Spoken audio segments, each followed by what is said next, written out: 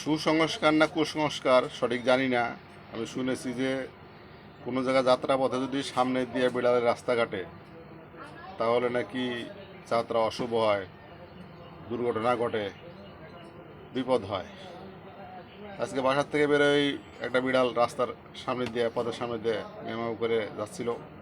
আমি তো এই ছাতা দিয়ে তারে দৌড়ানি দিছি এবং কিছু দূর আগাইয়ে আসতে না আসতেই দেখি গাছের উপর থেকে একটা চড়ুই পাখি ছটফট ছটফট করতে করতে নিচে এসে পড়ছে। তখনও জীবিত ছিল চড়ুই পাখিটা। তার আগে আপা যাচ্ছিল তার বাচ্চারা নিয়ে স্কুলের দিকে, ওই বাচ্চারা স্কুলে দিতে। পরে সে আবার ধরে বল, ভাই প্যাকেট থেকে একটা পানি বোতল বের করে বললো যে একটু পানি খাওয়া দেন। দুজনে মিলে পাখিটারে পানি খাওয়ালাম, কিন্তু শেষমেশ পাখিটার বাঁচে নাই। তাহলে আসলেই দেখলাম যে একটা বিপদ কেটে গেল।